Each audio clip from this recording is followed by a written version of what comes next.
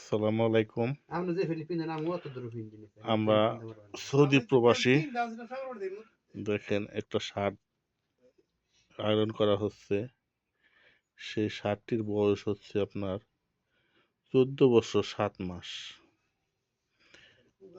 আর এই শার্টটি দেখেন 3 মাস পর পর একবার করে আয়রন করে। কারণ হলো কি বেশি আয়রন করলে আবার ছিঁড়া যেতে পারে। আচ্ছা মুজিব ভাই, এই শার্ট কোন থা বানাইছিলেন এটা? বানাইছিলাম গুলাডাঙ্গা থেকে। তাহলে যে এত বছরের শার্ট আপনি এখনো সেটারে লালন ছিল পালন না এনে ফালাই দুমকে। না ফালাই দেওয়ার দরকার নাই। শার্ট ছিঁড়ে নাকি আপনার? মানে শার্ট সিরবো সবসময় থেকে ডিউটিতে ইউনিফর্ম পরা থাকি তো সিরবো কোন সময় ও এই কারণে শার্ট আপনার পরা কম হয়, ঠিক না? পরা কম হয়, শার্ট পরার সময় তো পাই না। 14 বছর 7 মাস হলো।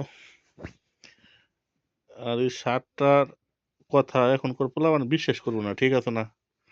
ও যদি কই যে 14 বছরের একটা শার্ট এখনো আমাদের মুজিব ভাই পরে, আপনার বাড়ির মানুষই কি আর আমার বাড়ির মানুষ কি হই বেটা কি কয় আমরা 2-3 মাসে শার্ট এটা বদলাই, আর এই 14 বছরের শার্ট এটা এটা কোন কোটি কোটি টাকা কামাইছি কামাই জানছি হ্যাঁ হিসেবে তাতে দেখো যে বিদেশ করতেছে প্রতি মাসে তো আপনার প্রায় 1 লাখের উপরে তো আপনারই আসে, ঠিক না? তারপরে ওই যে দেখেন হয়তো বা এই শার্টটা যখন বানাইছে তখন টাকার মূল্য অনেক বেশি ছিল। সেই শার্টটা বানাইছিল 250 টাকা দিয়ে,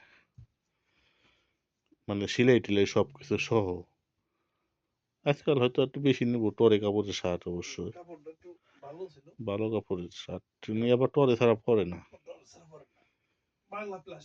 এখন আপনি কোনো মতামত আছে না মুজিব ভাই? হ্যাঁ আপনার কোনো মতামত আছে না? মতামত আর কি থাকবো, টাকা তো কামাইলাম কিন্তু পড়ার সময় পেলাম না কোনো কিছু। কাপড় চোপড় যে পরুম হ্যাঁ ওই সময়টা আমি হয়ে ওঠা নেই কোনো সময়। সব কিছু পোলাহান ফ্যামিলি নিয়ে চিন্তা করতে করতে সময় কাইটে গেছে বন্ধে কয়ে গরম। তাই হ্যাঁ তো এটি তো মানে আসলে যারা প্রবাস জীবন এটা জেলখানার চেয়ে বেশি, ঠিক না? বেশি তো জেলখানায় তো 2-3 মাস পর পর বিদেশে পরিবারটা দেখতে যায়। এনে তো তোমরা তো হয়ে নাইছো, তোমাকে তো কোনো চিন্তা নাই, তোমার তো কম